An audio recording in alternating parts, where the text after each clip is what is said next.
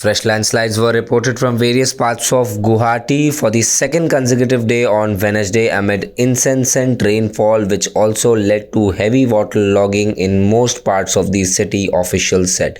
There was no report of any fresh casualty during the day. The state also has registered 42 deaths due to flood and landslides this year, including the 4 who were buried under a huge mass of earth in Boragaon area on Tuesday. After an 8-hour questioning on Wednesday, the Enforcement Directorate has summoned Rahul Gandhi for a 4th round of quizzing in the National Herald case on Friday.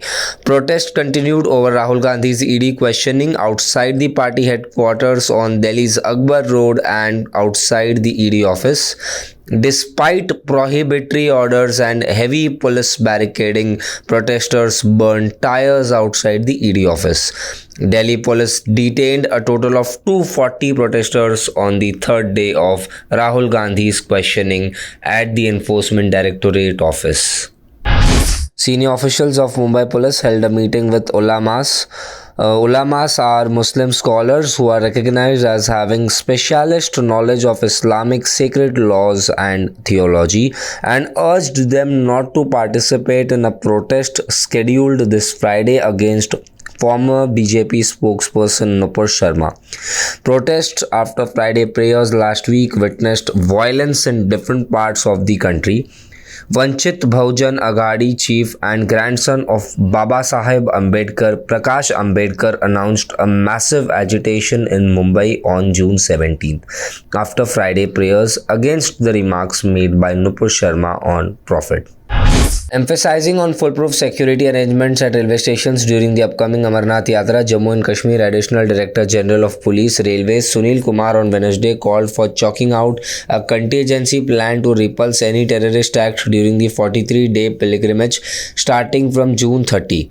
Kumar was speaking at a meeting convened to review the security arrangements at railway stations and in the entire area of responsibility of the Government Railway Police GRP Jammu. A spokesperson of the force said.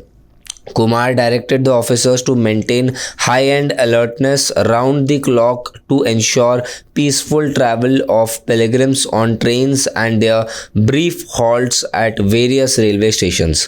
He emphasized on foolproof security arrangements at all the places, especially at Jammu railway station, and stressed for a contingency plan to repulse any terrorist act.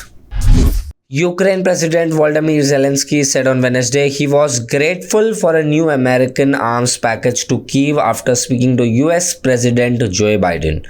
The United States announced new strengthening of our defense, a new $1 billion support package. Zelensky said in an evening address, "I am grateful for this support. It is especially important for our defense in the eastern region of Donbass." Biden announced an arms package to Ukraine worth $1 billion earlier on Wednesday, including more artillery, coastal anti-ship defense systems, ammunition for artillery, and advanced rocket systems that Ukraine is already using. I am also grateful for the US leadership in mobilizing the help of all partners, the Ukraine leader said. He said he also discussed with the US president the tactical situation on the battlefield and know how to accelerate our victory. Kyiv has been pleading for more Western weapons to help it counter Russia's invasion, with its army outgunned by Moscow forces. Every day I fight for Ukraine to get the necessary weapons and equipment, Zelensky said.